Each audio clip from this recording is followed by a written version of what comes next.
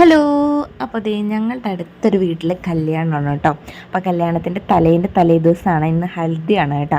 അപ്പോൾ എല്ലാവരെയും വിളിച്ചിരിക്കണം ഇന്നാണ്. അപ്പോൾ ദേ ഞങ്ങൾ ആനാപ്പുഴയിലായിരുന്നു പകൽ മുഴുവനും. വേഗം വന്നിട്ട് ദേ റെഡി ആയിട്ട് പോവാണേ. ഇപ്പോൾ ഏകദേശം ഒരു 7 മണിയൊക്കെ ആയിട്ടുണ്ട്. സൂചിച്ചേട്ടൻ കുറച്ച് നേരത്തെ വന്നിട്ടുണ്ടായിരുന്നു കേട്ടോ. അപ്പോൾ ഇത് റെഡി ആയിട്ട് നമ്മൾ ഇറങ്ങുകയാണ്. വണ്ടിക്കല്ലാട്ടോ പോകുന്നത്. 2 അടി വെച്ച് കഴിഞ്ഞാൽ വീടെത്തി. അപ്പോൾ എന്തിന് വണ്ടി എടുക്കുന്നതെന്ന് വെച്ചിട്ട് നാലാളെ കാണാമല്ലോ, കണ്ട് സംസാരിക്കാമല്ലോ എന്നൊക്കെ വെച്ചിട്ട് ഞങ്ങൾ എന്ത് ചെയ്തു, നടന്നാണ് കേട്ടോ പോകുന്നത്.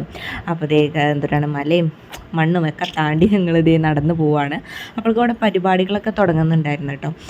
നമ്മുടെ ഹൽദിക്ക് ഇങ്ങനെ എന്തിട്ടാണ് മധുരം കൊടുക്കുക, എന്തോ മഞ്ഞൾ തേക്കുക, അങ്ങനത്തെ ചടങ്ങൊക്കെ നടന്നുകൊണ്ടിരിക്കുകയാണ്.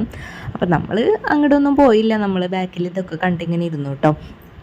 കുറേ നേരം കഴിഞ്ഞപ്പോൾ ഞങ്ങൾക്ക് ചൂടെടുക്കാനായിട്ട്, ഞങ്ങൾക്ക് നല്ല എല്ലാവരും അവിടെ ചൂടെടുത്ത് വിയർത്തിരിക്കുകയാണ് കേട്ടോ. എന്തൊരു ഉഷ്ണമല്ലേ, അത് പറഞ്ഞറിയിക്കാൻ പറ്റാത്ത ഉഷ്ണമാണ്. നമ്മുടെ ഫുള്ള് ഡ്രസ്സൊക്കെ നനയണ വിധത്തിലായിരുന്നു കേട്ടോ ചൂട്. ഇപ്പം എല്ലാവർക്കും അറിയാമല്ലോ ചൂട് കൂടി നിൽക്കുന്ന സമയമാണ്.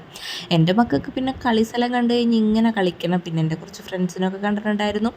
അപ്പോൾ ഇതേ മെയിൻ പരിപാടിയിലോട്ട് കിടക്കാണ്, ഫുഡ് അടി പരിപാടി. കുറച്ച് നേരം ഞങ്ങൾ അങ്ങോട്ട് ഇങ്ങോട്ട് തട്ടിമുട്ടിയൊക്കെ നിന്ന് തിന്നാനായിട്ട് ഇരുന്നിട്ടുണ്ട് കേട്ടോ.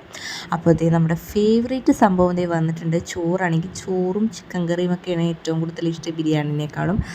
അപ്പോൾ അതൊക്കെ തിന്നൊരു യുദ്ധം കഴിഞ്ഞ ഒരു അവസ്ഥയിലാണ് കേട്ടോ ഞാനും എൻ്റെ മോനും. സൂചിച്ചേട്ടൻ തുമ്പിനെയും കൊണ്ട് അവിടെ നടക്കുന്നുണ്ട്.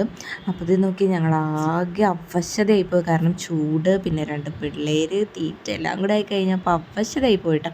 അപ്പോൾ അത് കഴിഞ്ഞിട്ട് വേഗം പോകാമെന്നും പറഞ്ഞിട്ട് ഞങ്ങൾ പെണ്ണിൻ്റെ അമ്മനോടൊക്കെ ടാറ്റയൊക്കെ പറഞ്ഞിട്ട് ഞങ്ങൾ തിരിച്ചു പോവാണ് കേട്ടോ. അപ്പോൾ എത്രയും പെട്ടെന്ന് ഇതൊക്കെ ഒന്ന് മാറ്റി നമ്മുടെ വീട്ടിലെ പഴയ ആ ഡ്രസ്സ് ഇട്ടാൽ മതി എന്നും പറഞ്ഞിട്ടാണ് കേട്ടോ വന്നത്.